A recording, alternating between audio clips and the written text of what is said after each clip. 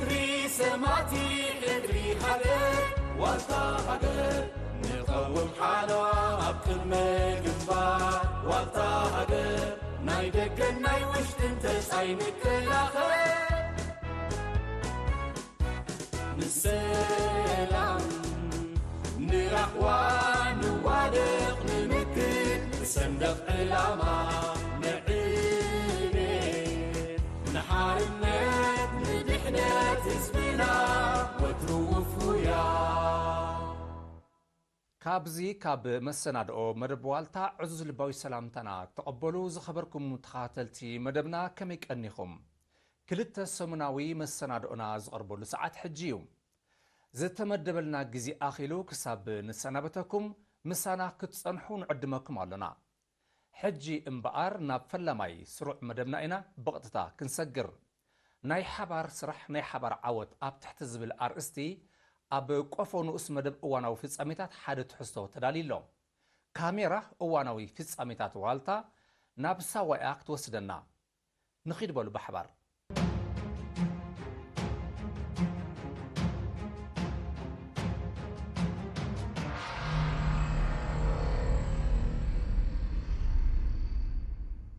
ماكل سلطنان تمرتن سوا عندن هلاون هاجريا إذا مدينة من إسيات زخونة كتما أب هلاون ناتان لولاويتن إيرترا أبركتا بقليل تمتها يكونن سرد معبالن هلاون هاجر زخونة سوا كاب كل خرنعات هاجر زمت من إسيات أنجدا بحده هاجرن هاجراونتن فتتن معبالن بهلي عياينت ناي حوار سرحنا ناي حوار عوت متكل صنعتن جغننتن بوليتيكاون موياون وتهدراون تمرت تقسم الله عباي كلجا انه دما قداماي زريا هيلو زجمره غعزا اسنسلت كيبتخه مبصعن حدرن سواعت كيتطلمت بحق امامي قاتل كبال قال هابط بزح ነገር كاني زوم من سيازياتهم نساوا مسمصو خم مجمريا بقدامነት نفس وقف احدو بسلطنا حيزن دملكتن احاتا 4 5 خفل سرايتات الوان زم تمهار بيت متوار سايكال زحزو 5 اندلو ازين كاني اقديمو بتزغبتي زمصخ ابياته تمرت بسكشنن نام نفس وقف خفل سرايت تمديبو سلصنح ورد بسبولو زخونه ነገር نفاسو هون ولا ما يكيرهو مثلا تقالات يفكا اب منبر غزم زعتو مغدينا نغبر لا لا لا لا لا لا لا لا لا لا لا لا سوا سوا سوا سوا سوا سوا سوا سوا سوا سوا سوا سوا سوا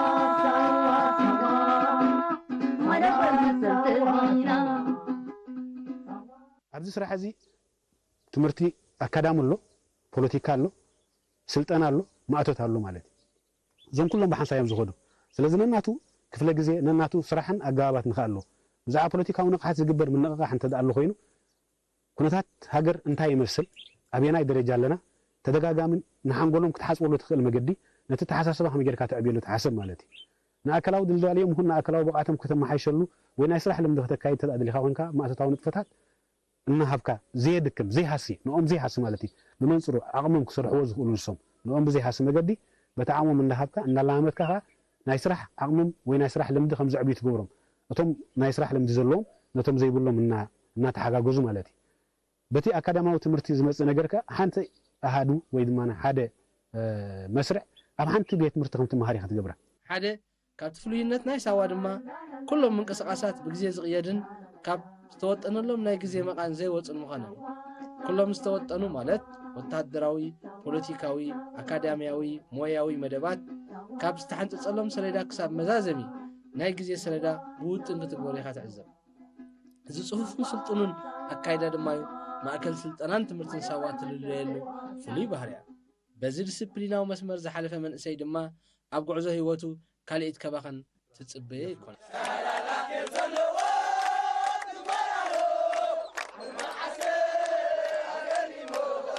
بزي ما قد زخ ايام زمن سيازياتهم ابت مጨረሻ كل سب ኤርትራው مخانو زي ترف مخانو امينو ኤርትራው ييلو ኤርትራው ተኮይና خاني بكل انتنو بزعبه هاجر قدامነት ጉዳይ هاجر ጥራሕ ዝብለሉ መገዲ ዝፍጠር ማለት እዩ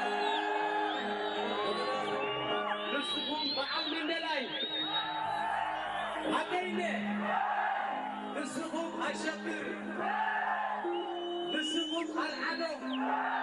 نسخم كرمان بلاد الهاجر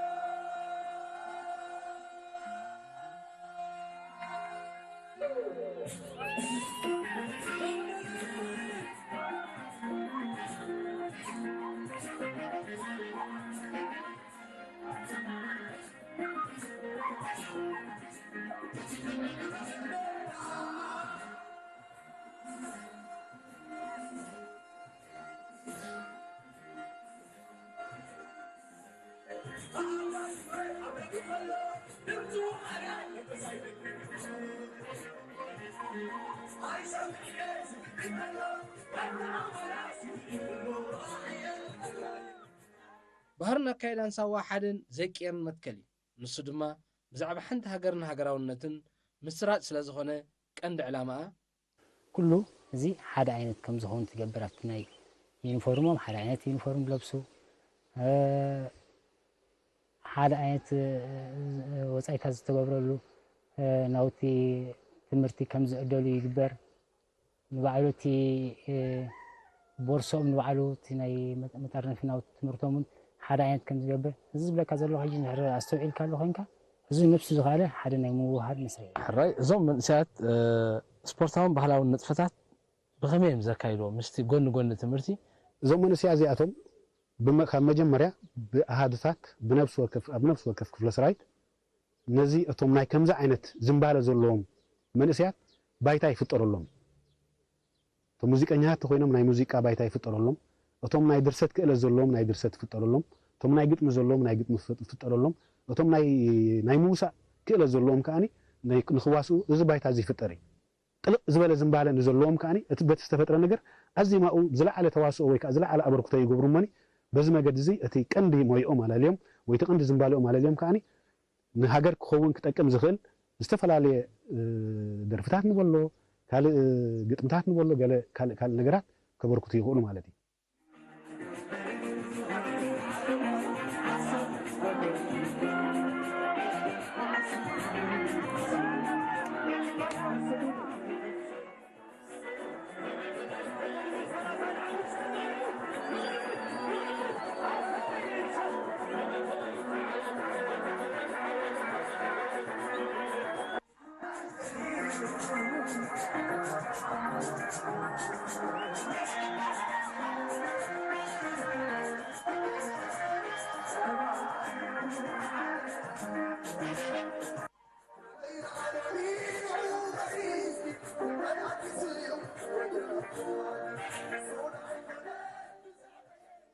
ብኩለንትንኡም ብቑዕን ምስሉን ድልድልን መንእሰይ ምፍጣር ሓደ ካብ ዕላማታት ሳዋ እዩ ስለዚ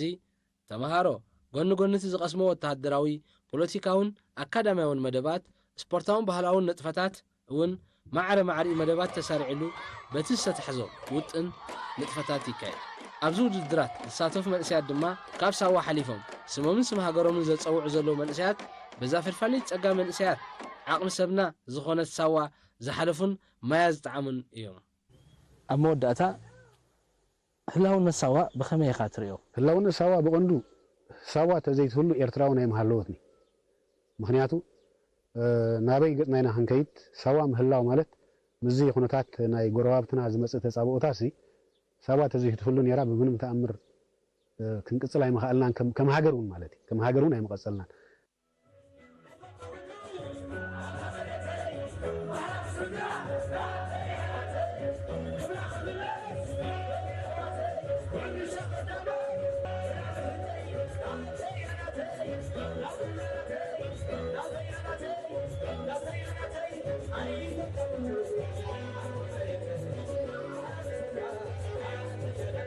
ህላዊ ኤርትራ ምስ ኣያታቱ ኮይኑ ዘውሓሰ መንእሰይ ብሳዋ ዝተመልመለ እዩ ፀላእትና ናይ ሳዋ መንእሰይ ዓቕሚ የብሉን ዝብል እምነት ስለ ዝነበሮም ድማ እዮም ንህዝብን መንግስትን ኤርትራ ኣኽቢቦም ዕንደረኦም ንምትግባር ብደባ ኣሳቢቦም ኤርትራዊ መንነት ሓንሳብን ሓዋርን ንምሕኻኽ ብዓብኡ ድማ أجندة معرباوية نمتكبار حليمو من حلمو من متكبار نقيلومن ስለዚህ ንሕና እውን ኣካል ናቱ ኮይና ነዚ ኣብ ሰዋ ዝመጽእ ነገራት ንሕና ነቶም ድሕሪና ዝመጽኡ መንስያት ነቲ ንያያታትና ዘወረሱና እዚ ንሕና እንዳወረስና ነዞም መንስያት እዚኣቶም ከም ዝቕጽሉ ጌርና ኣብ ከምዚ ኩነታት ናይ ወያነ ተጻብኦ መጽዩ እዚ መንእሰይ እዚ ከዓኒ በብግዚኡ በብዘበርከተሉ ልዑል ኣስተዋጽኦ ገይሩ ማለት እዩ ስለዚ ሳዋ ምህል እንተዘይትህሉ ነይራ ኤርትራውን ከም ሃገር ክትህሉ ኣይምኽኣለትን ነይራ ማለት እዩ ሳዋ ምህላው ግን ኤርትራ እትረፍ ኣብ ዘዋና ዘይኮነስ ኣብ ዓለም ሙሉእ ርእሳ ቅኒዓ ከም ትኸይድ ክኢላ ኣላ ማለት ኢኻ ክንብል ንኽእል ማለት እዩ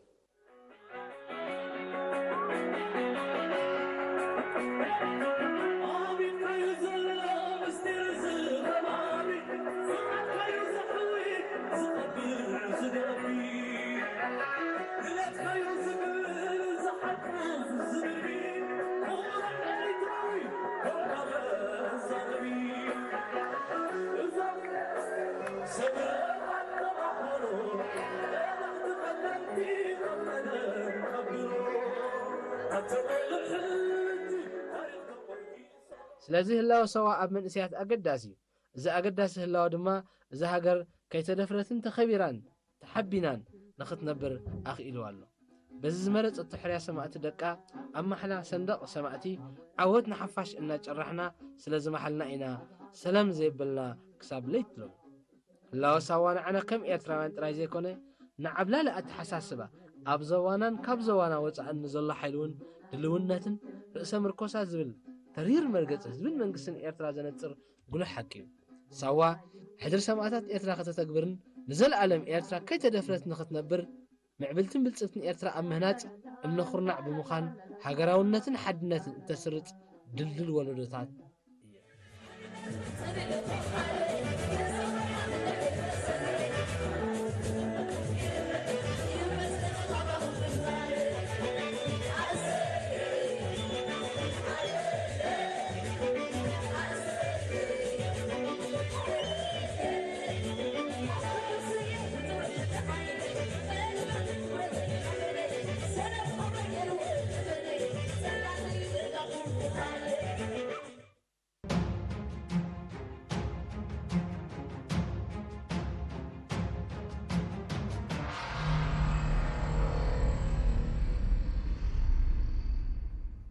ትሕዝቶታት መደብና እንዳቐጸለ እዩ ዝኸበርኩም ተዓዘብትና ናብ ንኡስ መደብ ሓዲድ ሰራዊት ኤርትራ ገጽና ኢና ሕጂ ክንከይድ ንሎሚ ንወተሃደራዊ ስነ ምግባር ዝምልከት ዝተዳለወ ትሕዝቶ እዩ ክኸውን ምስ ኮሎኔል ዓብዱ እድሪስ ሓላፊ ካርታን ሓበሬታን ሚኒስትር ምክልኻል ዝተገብረ ዕላል ቀዳማይ ክፋል ሒዝናልኩም ክንቀርብ ኢና ምክትታልኩም ብኽብሪ ንዕድም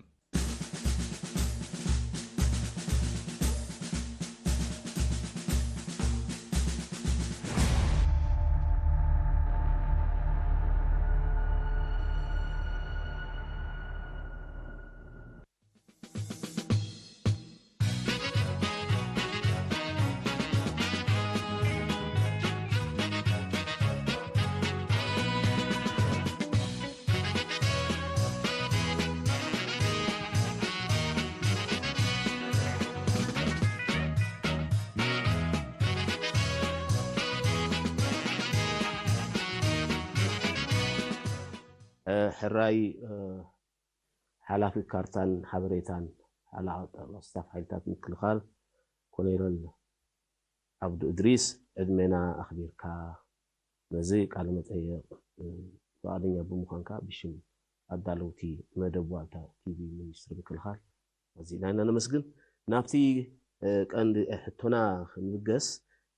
እስኪ ከም መበገሲ ክኾነና ወታደራዊ ስነ ምግባር እንታይ ማለት እዩ هو حاجة قدمي وتعدراو سنة مقبار مرأينا تسنة مقبار دبها الرسو عبر السنديو عبي سفح عميقيو أكال نايتي فلسفنا نورهايو بهالا مورالاو فلسفنا وانت باري سواعيو سلازي خموس لازخونه سفح سلازخونه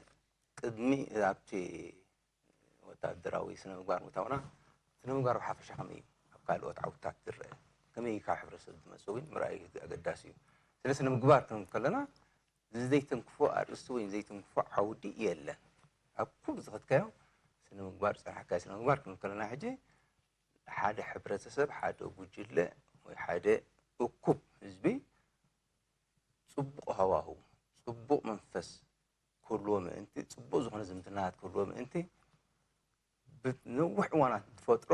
ልምድን ባህልን እዩ ስለዚ ተደጋጊሙ ብሕጋጋትን ብካልእ ንመፅሙ ኣብ መጨረሻ ስነ ምግባር ይኸውን እንታይ ንምግባር እዩ እንተኢልና ግን ዝምድናታት ናይ ሰባት ንጥፈታት ናይ ሰባት ምንቅስቃሳት ናይ ሰባት ከዓኒ ህይወት ከም ዝህልዎ ምግባር ወይ ድማ ቀጻልነት ከም ዝህልዎም ንምግባር ተባሂሉ ዝግበር እዩ ኣብ ዝኾነ ዓውዲ እንድሕር መፂና ከዓኒ ንናቶም ስነ ምግባር ኣለዎም ንኣብነት ኣብ መምህርና እንድሕር መፂና ናይ መምህርና ስነ ምግባር ንብል ኣብ ሕክምና ተመፂና ናይ ሕክምና ስነ ምግባር ንብል ኣብ ንግዲ ኣብ ሸቐጥ ተመፂና ከዓኒ ቢዝነስ ኢቲክስ ንብል ስነ ምግባር ንግዲ ስነ ምግባር ሸቐጥ እናበልና ንኸይድ ስነ ምግባር ኣዝዩ ሰፊሕ ንኩሉ ዓውታት ከዓ ዝስትንክፍ ኣርእስቲ እዩ ስነ ምግባር ተይልካ ሕጂ ሓደ ሓደ እዋን እንታይ እዩ ዝመፅእ ብቐሊል ወይ ድማ ብትፀቢብ ኣገላልፁ ክግለፅ ይፍተን እዩ ጥራይ ብቁመና ብመልክዕ በከዳድና ብዘራርባ በፀሓሕፋ ክግለፅ ይፍተን እዩ ፊንኡ ግን ይኸይድ ስነ ምግባር ፊንኡ ይኸይድ እዩ ንኩሉ እቲ ሕብረተሰብ ጥርንፍ ኣካይዳ እዩ ዘለዎ ስነ ምግባር ክንብል ከለና ሓንቲ ሰለስተ ነገራት ሒዝና ኢና ንኸይድ ስነ ምግባር እንተኢልካ ፅቡቕ ምግባር ማለት እዩ ልክዕ እዩ ኩሉ ግዜ እቲ ቅቡል ዝኾነ ኣብ ሕብረተሰብ ቅቡል ዝኾነ ኣብ ከባቢኻ ቅቡል ዝኾነ ነገራት ምስራሕን ምዝውታርን እዩ እዚ ግን ንነፍስኻ ማለት ኣይኮነን እንታይ ኢና ንዛረብ ኩሉ ግዜ ስነ ምግባር ክንብል ከለና ሰለስተ ነገራት ኢና ንሕዝ ሓደ ንገዛእ ርእስኻ ኣሎ ካልኣይ እቲ ቅቡል ዝኾነ ነገራት ወይ እቲ ፅቡቕ ነገራት እንብሎ ኣሎ ሳልሳይ እንትዓብን ግን ንኻልኦት ዝብል እዩ ኣነ ንነፍሰይ ጥራይ እንድሕር ዳ ፅቡቕ ዝገብር ኮይነ ንነፍሰይ ጥራይ ፅቡቕ ዝበልዕ ኮይነ ፅቡቕ ክዳን ዝኽደን ኮይነ ፅቡቕ ግን ብኻልእ ዘይንፀባርቕ ንኻልኦት ከዓኒ ትርጉም ዘይህብ እንተዘይኮይኑ እዚ ስነ ምግባር ኣይንብሎ ኢና ስነ ምግባር ኣካል ናይ ነፍስኻ እዩ ኣካል ናይ ከባቢኻ እዩ ንስኻ ኣለኻ እቲ ፅቡቕን ቅቡልን ነገራት ምግባር ኣሎ ሳልሳይ ዓንዲ ንብሎ ከዓኒ እቲ ንኻልኦት ዝወሃበካ ግብረ መልሲ ወይ ድማ ብኻልኦት ዝመፀካ ተዓትብኦ ትርእዮ እዩ ስለዚ ሰለስተ እዚኣተን ሒዝና ኢና ንኸይድ ኢና ዘለና ንሕና ከም ሕብረተሰብ እንድሕር ርኢና ከዓኒ ካብ መጀመርያ ዳዕረዩ ክንምለሶ ንኽእል ኢና ካብ መጀመርያና ኣብ ሕብረተሰብ ኢና ሒዝና ንመፅእ ኣብ ሕብረተሰብ ሒዝካ ክትመፅእ ስነ ምግባር ስለዚ ብሓፈሻ ድሕሪ ኣብ ወታደራዊ ስነ ምግባር ክንኣቱ ከለና ወታደራዊ ስነ ምግባር ካብ ባዶ ይመፅእ እዩ ካብ ባዶ ይመፅእ እዩ ወታደር ኩሉ ግዜ ናቱ መግለፂታት ናቱ ኣረኣያታት ካብቲ ሕብረተሰብ እዮም ዝመፁ እንታይ ኢና ንብል ሓደ ሰራዊት መግለፂ ናይ ህዝቡ ኢና ንብል ኣብ ስነ ምግባር ጥራይ ኣይኮነን ኣብ ኩሉ ኣብ ቆራፅነቱ ተመፂና ኣብ ተወፋይነቱ ተመፂና ኣብ ጅግንነቱ ተመፂና ኩሉ ካብቲ ሕብረተሰብ ወሲዱ የምፅኦ እሞ ናቱ ዝያዳ እንታይ ይገብሮ ይዕምቆ ኢና ንብል ዘለና ኣፀቢቑ ይዓምቕ ኣፀቢቑ ይሰፍሕ ኣፀቢቑ ከዓኒ ዝውቱር ከም ዝኸውን ንኸውን ስለዚ ስነ ምግባር ወታደራዊ ስነ ምግባር ብኩሉ ንጥፈታት ወታደራዊ ንጥፈታትና ሒዙ ሓቂፉ ዝኸይድ እዩ ካብታ ዝነኣሰ ነገር ክሳብታ ዝለዓለ ኩለን ሓቂፎን ዝኸይድ እዩ እንታይ ኢና ንብል ዘለና ብኻልእ ኣባህላ ምናልባት እቲ ስነ ምግባር ኣብ ሓደ እዋን መፅኡ ኣብ ሓደ እዋን ዝውዳእ ኣይኮነን ቀፃልነት ዘሎ ቀፃሊ ምንቅስቃስ ዘሎ ቀፃሊ ሂወት ዘሎ ቀፃሊ ከዓ እናማዕበለ ዝኸይድ እዩ ከምኡ ስለ ዝኾነ ሓደ ወታደር ካብ ገፁ ክብገስ ከሎ ናይ ገፁ ናይ ሕብረተሰቡ ጠባያት ሒዙ ዝኸይድ እዚ ፅቡቕ እዩ እዚ ሕማቕ እዩ እዚ ቅቡል እዩ እዚ ኣይቅቡል እዩ እንዳተባሃለ ካብ ንኣሽቱና ሒዝና ምንዓቢ ነገራት ኣለዉ እዚኣቶም ከዓ ኩሉ ግዜ ኣብ ሂወትና ኣሎ ፅቡቕን ዘይፅቡቕን ቅቡልን ዘይቅቡልን እናበልና ኢና ንኸይድ ነዚኣቶም ግን ሒዝናዮ ምስ መፀና ኣብቲ ውትድርና ክንመፅእ ከለና እቲ ውትድርና እንታይ ይገብሮም ናቱ ስነ ምግባር ይደሊ ወታደራዊ ስነ ምግባር ኣለዎ እሱ ከዓ ወታደራዊ ስነ ምግባር ሕጂ ክንብል ከለና ኣብ ሰራዊት ዓብ ርእስቲ እዩ ክንብል ከለና እንታይ ኢና ንብል ዘለና ሓደ ሰራዊት ካብ ካልእ ሰራዊት እንፈልየሉ ሰለስተ ዓበይቲ ዕኑት ኣለውና ሓደ እቲ ወታደራዊ ስትራቴጂ ንብሎ እዩ ካልኣይ እቲ ወታደራዊ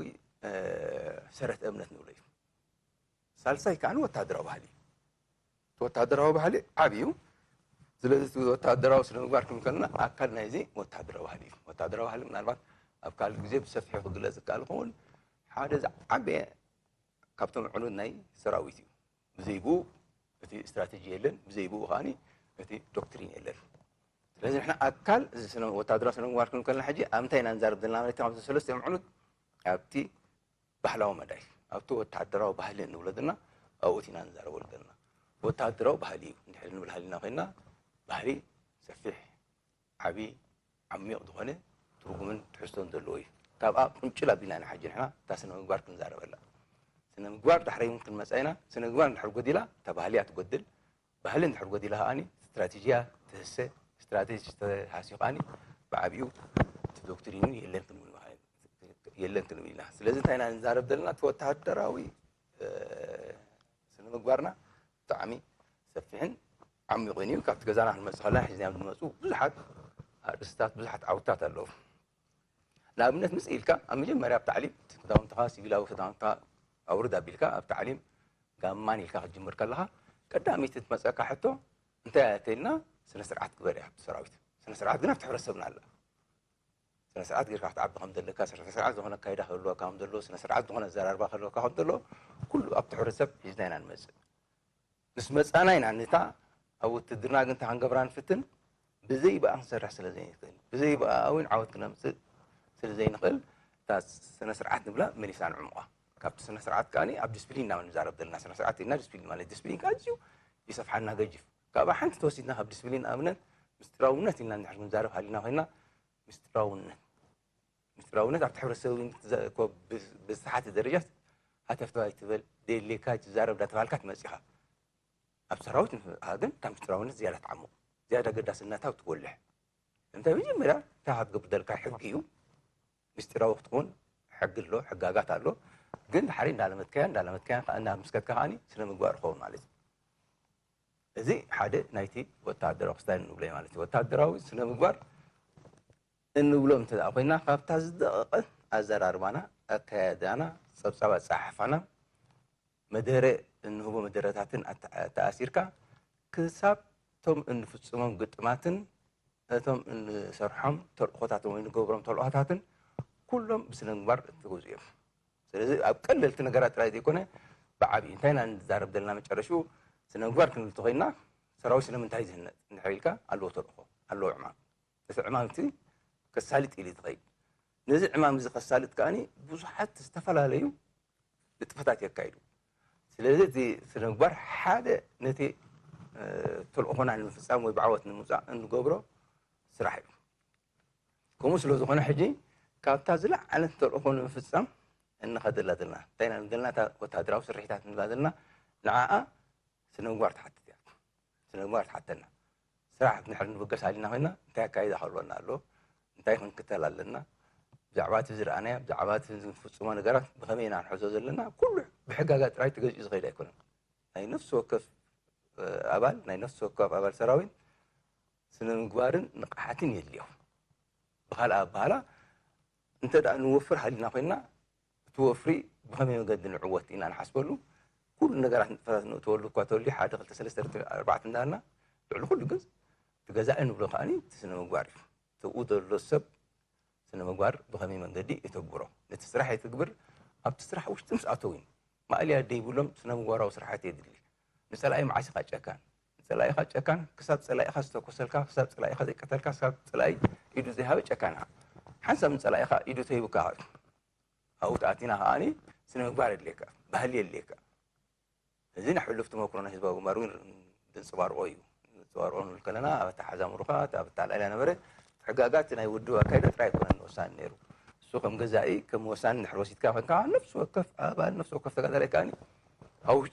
تقولون حوت مكروز وصدوا أتحزني مرقات له مسحس كيام مايتس يوم حالية يوم كل زي كابي زليلك تنشتيت سنة مقبار يكون أنزار بدلنا سابتين زعبه سنة مقبار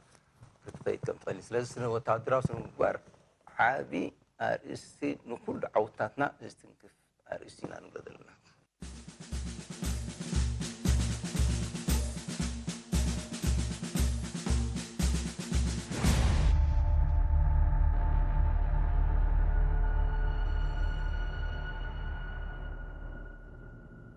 ሕጂ ድማ ናብ ውዕሎ ዋልታ ገጽና ኢና ክንሰግር ዝኸበርኩም ተኸታተልትና ሰረት መርፍእ ገድሊ ኣብ ትሕቲ ዝብል ኣርእስቲ ዝተዳለወ መደብ እዩ ንሎሚ ብቐዳማይ ክፋሉ ዝጅምር ንትካል ወተሃደራዊ ስፌት ክዳን ሚኒስትሪ ምክልኻል ንድሕሪት ምልስ ኣቢሉ ዘላሊ ንታሪኻዊ ኣማጻጽኡን ህልው ኩነታቱን ድማ ብሓፈሻ ዳሳስ ገይሩ ክገልጽ ተዳልዩ ኣሎ ናብ ሙሉእ ትሕዝቶ እቲ መደብ ከብለኩም እየ ምሰና ጽንሑ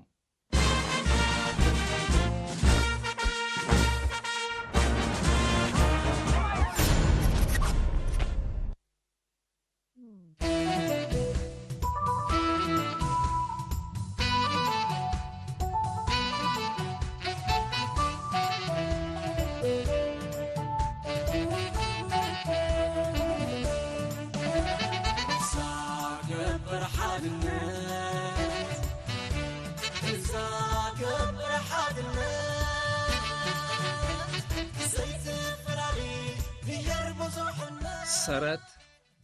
መርፍእ ገድሊ ህዝባዊ ግንባር ሓርነት ኤርትራ ካብ እግሩ ተኽሉ ኣትሒዝዩ ብዘለዎ ዓቕሚ ርእሱ ንኽኽእል ዝፀዓተ እቶም ንወዲ ሰብ ዘድልዩ መሰረታዊ ነገራት እኳ ብቐሊሉ ኣብ ዘይርከብሉ ጽንኩር ገድሊ ዕርቃኑ ዝሽፍነሉ ክዳን ዝረኽበሉ ውሑስ ምንጭ እውን ኣይነበሮን ነዚ ንምብዳይ ኸዓ ብኣመና ውሕድ ዓቕሚ መሰረት ስፌት ክዳን ተጋደልቲ ክንጸፍ ዝጀመረ ኣብዚ እዋን እዚ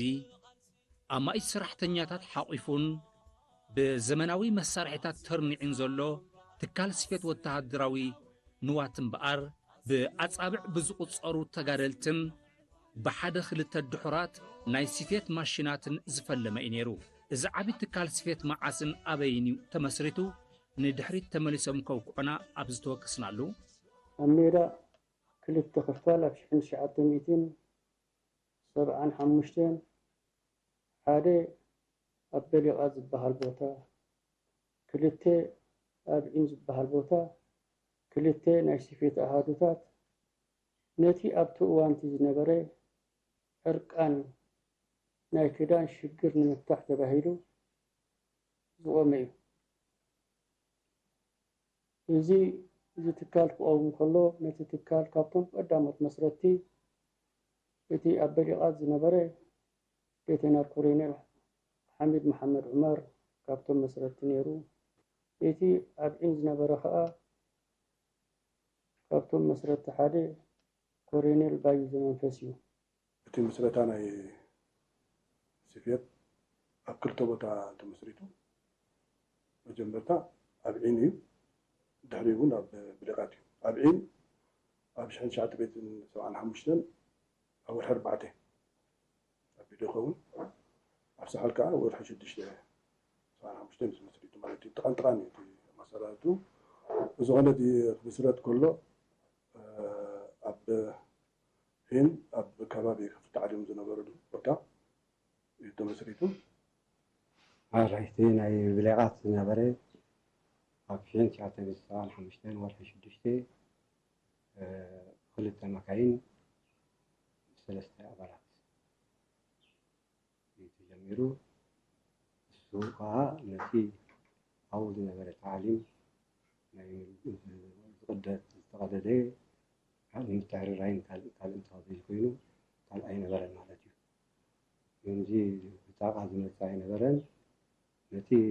ሓፈሻዊ ኣብ ታዕሊም ዝቅደድ ዝነበረ ወይ ከዓ ዝተሓራረ ዝነበረ ናብኡ ንምትዕርራይ እዩ ተኻይዱ ነይሩ ካልእ ምናልባሽ እተን መካይን ክልቲአን ካብ ቃሮራ እየን መፅአን ብአን ኢና ከዓ ጀሚርና ስራሕ ማለት እዩ ኣብዚ ስጋዕ መጨረሻ ናይ 75 ኣብ ዒን ፀኒሕና ብድሕሪኡ እቲ ቦታ ከስርሐና ስለ ዘይከኣለ ምስናቱ ሙቐትን ካልእን ኮፍ ኢልካ ከዓ ዝስርሖ ቦታ ስለ ዝኾነ ካብቲ ቦታ ናብ ዒራ ዒሮ ዝበሃል ከባቢ መንተብለ ክንገዕዝ ተገይሩ ማለት እዩ ኣብዚ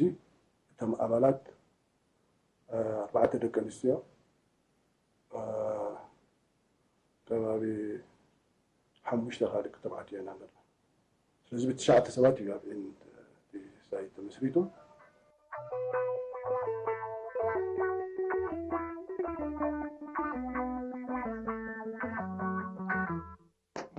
أبطال تنكر ناي بعد وررت بوت حد نويت بوت حد برت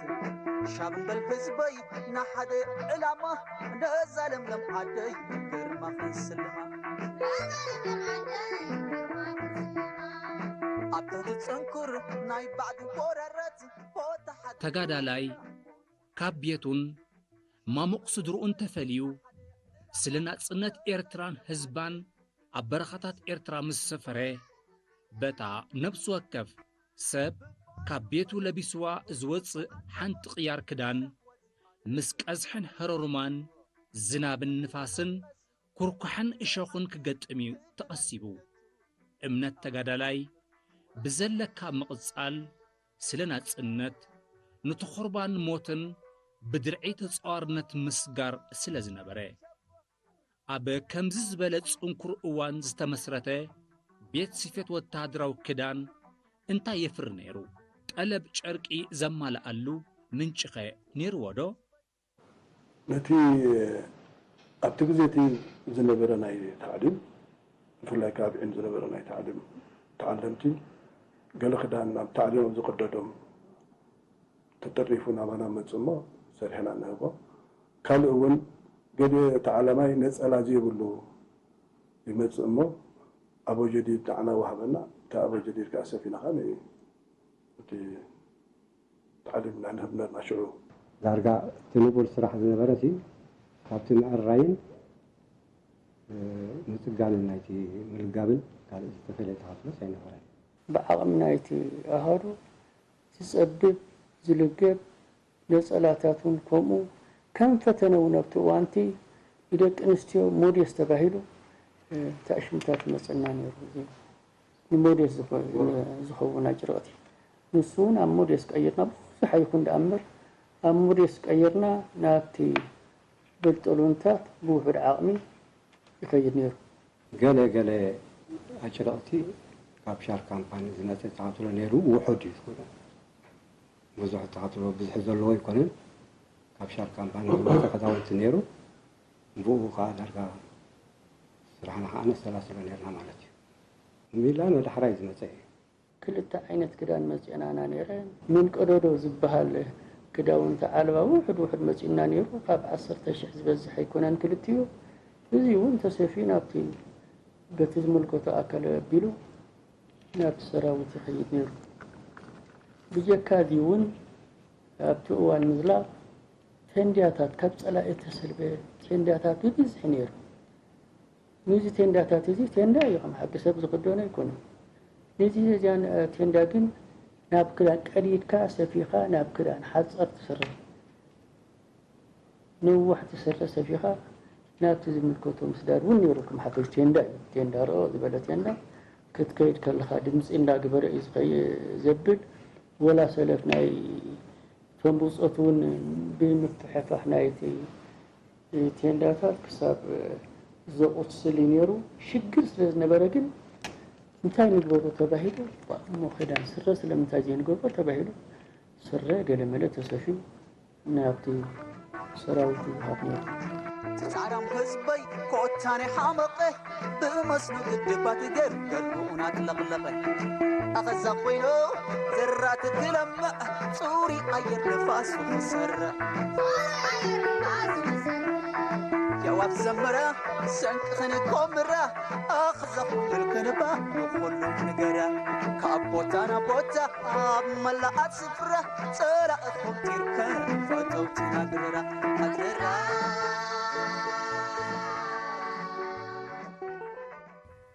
ተቓላሳይ እናጽነት ንበይዛ ነፍሲ ዝኾኖ ቅንጣብ ጨርቂ ምስ ተሓረሞ ብፅዖት ቆርቦቱን ብቕንጥብጣብ ኣጭርቕትን ክቕጽል ግድነት ኮነ ኣባላት ናይቲ ኣካል ኢደ ስራሓት ህዝባዊ ግንባር ዝኾነ ቤት ስፌት ወተሃደራዊ ክዳን ዝርካቡ ኣረጊት ክዳውንቲ እናተከቡን እናለገቡን ብኢዶም እናመልኡ ገለ ፈውስ ዕርቃን ክሽፍን ጀሚሩ እንተኾነ ምስ ገልታዕት ዓገድልን ሕሱም ጸላእን ነዛ ዝሰኽነላ ቦታ እኳ ሓሪምዎ ካብ ስንጭሮ ናብ ስንጭሮ ካብ እምባ ናብ እምባ ካብ ሩባ ናብ ሩባ እናሳገመ እዩ ስርሑ ቀጺሉ እቲ ምዝላቕ ካብ ደቀ ምሓረ ጀሚሩ ብድሕሪኡ ግንባር ግንዳዕ ይመፅኡ ድሕሪኡ እውን ከረን ጸሊኡ ካብኡ እናቕፋ ኢና እቶም በዚ ከረን ዝነበሩ እናቕፋ እዮም እንግሊዞም እቶም ንሕና ኣብ ሳሓብ ዝነበርና እቲ ደጀን ግን ጸላኢ ብመርሳ ተኽላይ ኣቢሉ ይጥወሎ ስለ ዝተባሃለ ንሕና ኣብ መጨረሻ 78 ናብ ሓወለ ባዚ ቀብርወት ክንግዕዝ ኢና ጀሚርና ድሕሪኡ እቲ ቦታ ተዳልዩ ምስ ተባሃለ እቲ أقحتنا أنتو هبنا مكان قبنا نجهز يصفوفنا أو سجلنا ينادنا مصعب قاب مقعزنا مسلقنا صفوف ينادوا أو زجات منا سجامنا ينادنا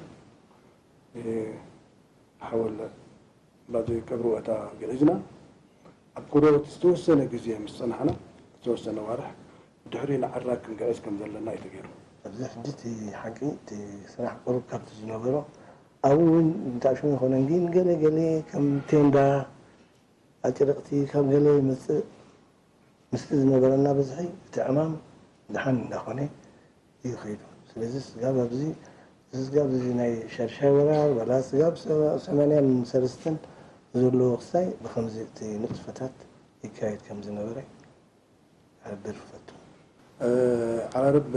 كاب جرهنتي ناو على رب مستقعزنا تي جزا بعلاينا دالينا يوم بأبالاتنا يتدالي كله تي دسمر أبزين قولي بدسمر تي تشكا زبعت تي بليكت تسرح كنت أصبح محمد تي بليكتي نتجزا سرحنا يوم كبابي سلاسة 10 متر أبيليتي كمتو حجي أبزي تندرزها أبتي سرح ويابتي أهدو زنبرا دكنسيان أبزي دكنسيان معرة كمودات كونين أبو صراحة هذا معناته أب مبعات نايتي شكاهون أب بليكتي زنقصة كمينا الوارد سكيم كانتي ندقايم مركابهم كانت عبي تراين الوان ملأت سفرة صرا قمتي كان فوتو تنادرا أدرا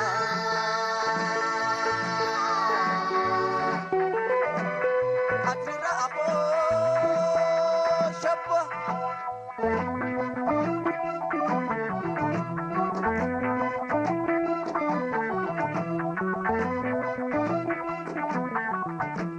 قبض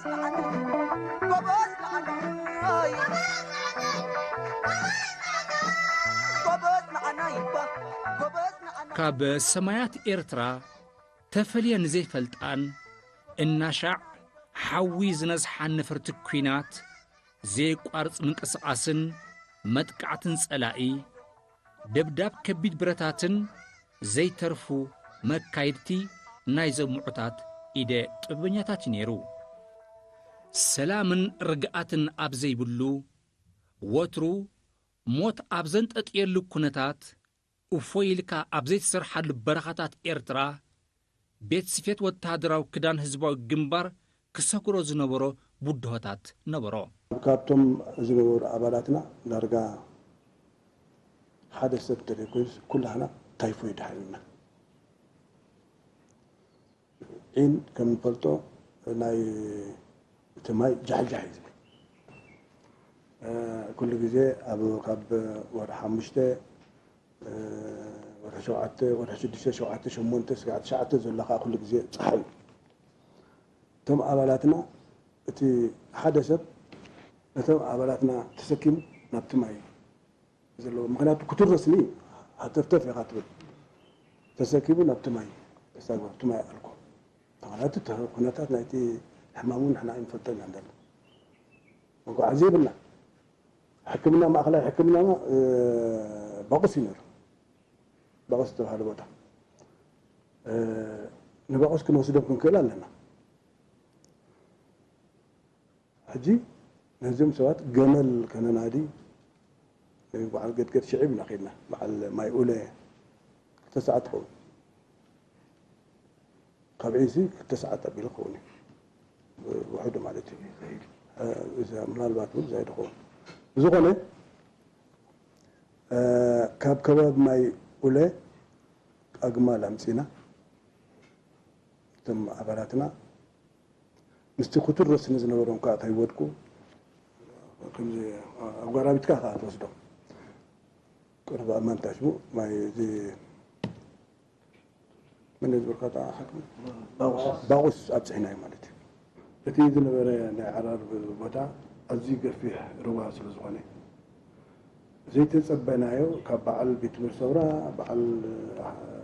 ኣብቲ ጎቦታት ልዕል ቤት መሰውራ ዝነበረ ኣብኡ ዝሃረመ ማይ ሃንደበት ይመፂና ሃንደበት ሕጂ ኣቱኒ እናበልና ከለና ኩሉ መሳርሒታትና ነውፃዮ ተባሂልና ኣውፂናዮ ማለት እዩ ዝገርመኩም ኩሉ መሳርሒታትና ምስ ኣውፅአናዮ ዘይት ሓድሽ ጋሻ ውሕጅ ካለ መፂ ነቲ ኩሉ እቲ ኣግራብ ኣብቲ ከባቢና ዝነበረ ኣደቂስዎ ናብቲ ገዛ ካእቲ ጀሚሩ ሕጂ እቲ መንደቕ ናይቲ ገዛ ብሓመድ ብጭቃ ዝተሰርሐ ብልከት ስለ ዝኾነ ንኽፍርፍሮ ቀሊል ነይሩ ማለት እዩ ግን ኣብ ንብረትና ዝወፀ ጉድኣት ኣይነበረን ተቐላጢፍና ስለ ዘውፀና እዩ ካብቲ ሩባ ወፂና ኣብ ካልእ ስንጭሮ ኣብ መንጎ ጎቦታት እቲ ከባቢና ዝነበረ ኣብኡ ክንሰርሕ ክንክእል ኣለና ዝብል መደብ ወፂኡ ልክዕ ክንድኡ ኳ ይኹን እምበር ካብኡ ዝነኣሰ ቦታታት ክንሰርሕ ጀሚርና ነዚ ክንሰርሕ ከዓ ንዕኡ ዘድሊ ገረብ ኣብ ሃገር ስለ ዝነበረ ኩሉ ኣባልና ብጀካ እቲ ሕሙም ናይ ጥዕና ፀገም ዘለዎ ተደይ ኮይኑ ብምሉእ ኣባልና ኣብ ሃገር ደይቡ